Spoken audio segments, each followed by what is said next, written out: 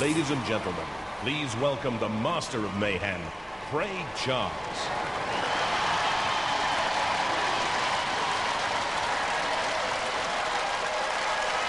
This is where the most extreme robots, the most extreme roboteers give you the most extreme action. It's the wars you always wanted. Are you ready to rock the war zone?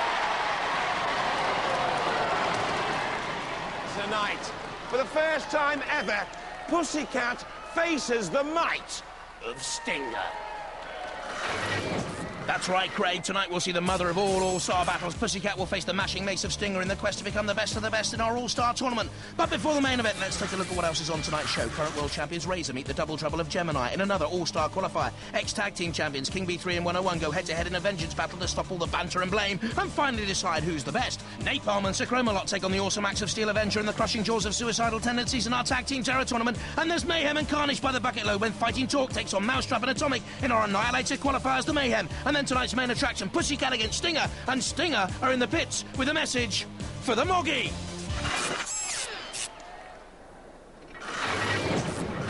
We're Team Stinger, this is war, and we're gonna skin the cat. But as we all know, Pussycat is no pushover, and no self-respecting fight fan should miss that fight. It's going to be a blistering battle. But to get us up in passion, another couple of all-stars are ready to riot. So, let the wars begin!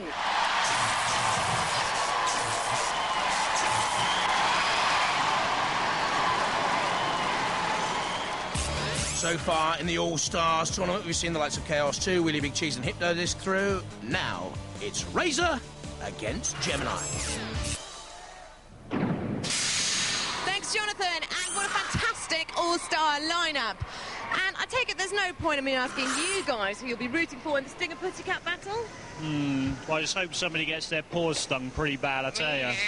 We like it. But more importantly, you're up against Gemini next. We are. It's going to be vicious. Yeah. Good. Too right. Exciting. Yeah, go for it. Yeah? And you're pleased about that, are you? Oh, indeed. It gives us a great chance to actually trash two bots instead of just the one. Come on, come on. All mouth and definitely all trousers. So, Team Gemini, what do you think your chances are against the almighty Razor? Well, we got two robots, two weapons, two drivers. Two pairs of eyes. Could you be twice as lucky, do we think? We could be, but with a machine as good as Razor, you never can tell. I think you're going to do it. Are we going to do it, Team Gemini? Come along. One way or another. We're going to get ya. From St. Leonard's-on-Sea, Gemini.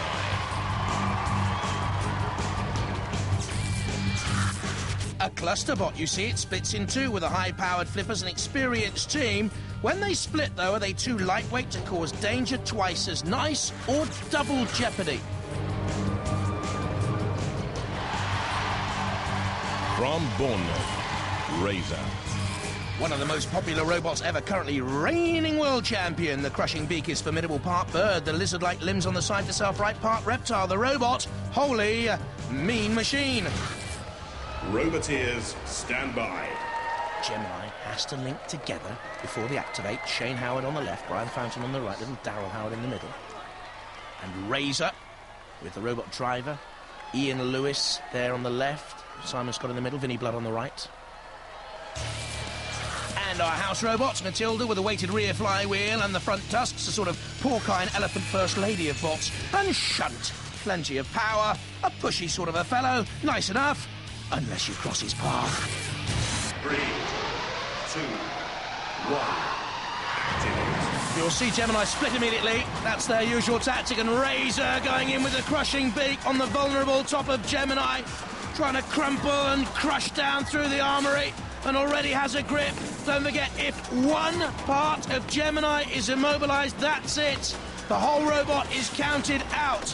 Together they dance. Gemini trying to free itself with the lifting ramp. Can't do so. So the other part of the cluster bot will get in and try and flick Razor over. Oh, look! They tumble together there. You ever see fighting crabs robots on a beach. That's what they look like, tumbling over together. Look at Razor's self-righting, wings coming out, upside down, still with strength. Gemini away, Matilda comes in, trying to flick Gemini over with the tusks. Razor spinning away, gleaming steel machine with the sort of front low scoop. Now that's an addition, you'll see it very low down, zero ground clearance there, you see it on the front. A sort of ramp to get in underneath opponents. Has done that now with Gemini. Gemini brilliantly designed, but how much effective weaponry is there when they split? Well, you've just got the answer to that. Razor has been turned turtle again, and still locking on to Gemini, using the beak and that front ramp, if you like, as a jaw mechanism to hold on. Terrific stuff here. It's even Steven. See the damage done to one of those Gemini cluster bots there on the right-hand side? Scarred, certainly. This one hasn't had any damage yet, this part of the cluster bot. And that's what Razor's after. Trying to cause as much mayhem as he can. He's got in underneath here. Oh, and there is the damage. Listen to the popping of the tyre. Like a balloon popping there. That was an amazing attack by Razor. It's let Gemini go. But the damage there could be crucial if this goes to a judge's decision. And with time seeping away, I think it may well do. Good drive by Razor betwixt and between. Saw the pincer movement, got away from it. Now Gemini coming again. Razor, oh! It got a lick of flame up the rear end, and it wasn't a good piece of driving. It'll have to go to the judges. Will that count against them? Let's have a look at the action again, shall we? Gemini, the two robots took punishment from Razor. That's definite. That was the first attack that left a scar. Good work by the Gemini clusterbot to throw Razor. Razor self-righting. All this good point scoring by Razor, and indeed the Gemini clusterbots too.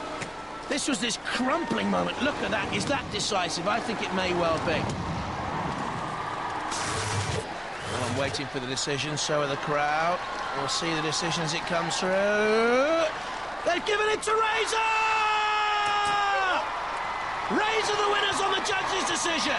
And they'll fly on to the All-Stars quarterfinals later in the series. So, the big guns are all out tonight. And they don't come much bigger than Pussycat versus Stinger. Now, we've heard from Stinger, but I'm sure Pussycat haven't put their claws away. Hi, we're Team Pussycat, and I've heard a robot around here has a sting in its tail. I'm sure this blade can sort them out. Well, Pussycat proved in the Fourth Wars that they can clash with the best. And if Stinger can break them tonight, it will be a sensation. A sensation, madam. Well, let's worry about that later. Because, Julia, I've heard you've got a team that are ready to rumble. Well, not just that, Craig. They want vengeance. Team 101, who are you out to get? King B. Well, actually, judging by your past tag team performance, that's hardly surprising.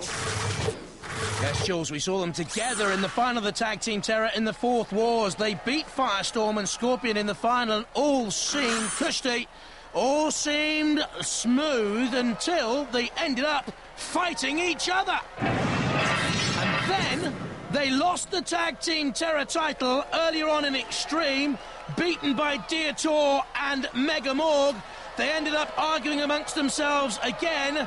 So who was to blame and who is the better robot of the two? So you fell out, you got back together, you fall out again, you get back together again. What's the status now? We are steaming at each other after our appalling failure and threw it all away in the tag team. Really? You threw it away? No. You threw that much away. If you'd been running, we would have won.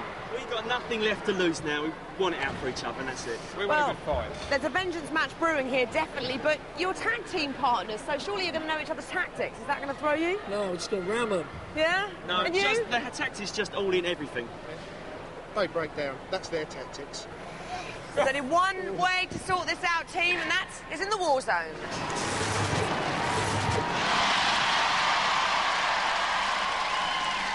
From Havant, King B Powerworks.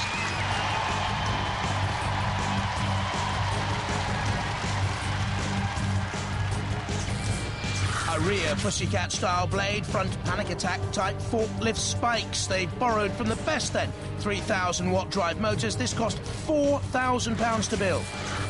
From Kettering in Northamptonshire, 101. A spike that can penetrate steel. Fast and violent, they say. It's by far the slower and heavier here with two 800-watt motors. The tracks come from a milk bottle washing machine. Roboteers, stand by. King Bee Power Works from Havant in Hampshire with Simon Harrison and Grant Hornsby. The 101 machine. The controls Mike Franklin. There's his daughter Amy and Steve Bickle in the background.